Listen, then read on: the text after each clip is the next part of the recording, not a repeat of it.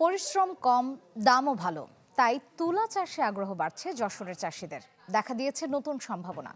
কৃষকরা বলছেন সরকারি প্রণোদনা সহ নানা সুযোগ সুবিধার জন্য লাভবান হচ্ছেন তারা।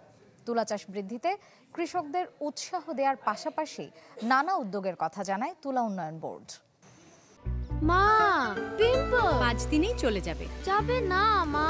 যাক, নিমের 5 অংশের পাওয়ারে 5 দিনেই দূর হবে পিম্পল। হিমালয়া পিউরিফাইং নিম ফেস ওয়াশ। মাঠ জুড়ে শোভা ছড়াচ্ছে তুলার ফুল আর ফল। ভালো ফলনের আশায় পরিচর্যায় ব্যস্ত যশোরের কৃষকরা। বলছেন অনুকূল আবহাওয়া ও রোগবালাই কম হওয়ায় তুলার ফলন হয়েছে ভালো। বাজার যাতে তেমন ঝামেলা নেই, লাভও বেশি। গত বছর আমাদের তুলোয় ফল কম হয়েছিল, কিন্তু এবছর জাতটা খুবই ভালো, ফলও খুব ভালো, আমরা তাতে খুব খুশি। তুলো চাষে আমাদের হাতে দেখা যাচ্ছে যে একটা মাস সময় বেশি যাচ্ছে, কিন্তু এতে আমরা অনেক লাভজনক।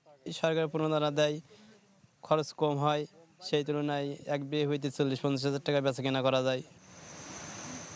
হাইব্রিড তুলা উৎপাদনের আধুনিক প্রযুক্তি দেশব্যাপী ছড়িয়ে দিয়ে যৌথভাবে কাজ করছেন বলে জানান তুলা উন্নয়ন বোর্ড ও কৃষি সম্প্রসারণের কর্মকর্তারা। তুলা থেকে যেহেতু তেল হয় এবং একই সাথে আমরা ফাইবারও পাচ্ছি, ফলে বাংলাদেশের যে গার্মেন্টস শিল্প একটা সবচেয়ে বড় শিল্প, এই শিল্পের কাঁচামাল হিসেবে কিন্তু তুলা গুরুত্বপূর্ণ ভূমিকা রাখতে পারে। এবছর প্রথম থেকে বৃষ্টিপাতের হলেও সার্বিকভাবে তুলার উৎপাদন কিন্তু ভালো হবে। আপনারা দেখছেন যে আমরা মাঠে দাঁড়িয়েছি, মাঠের অত্যন্ত ভালো প্রোডাকশন হয়েছে। তুলা চাষিদের আলাদা ঋণ প্রদানের পরামর্শ সরকারি কর্ম কমিশনের। প্রণোদনা সহ নানা সুযোগ সুবিধার কথা বললেন তুলা উন্নয়ন বোর্ডের শীর্ষকর্তা।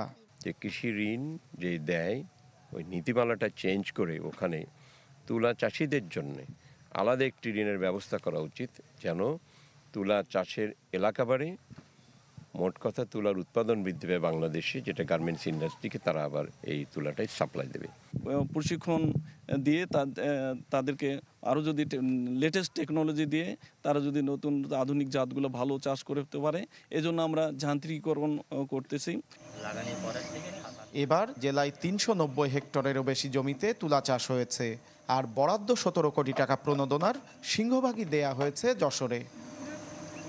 তৌহিদুর রহমান, চ্যানেল 24, যশোর।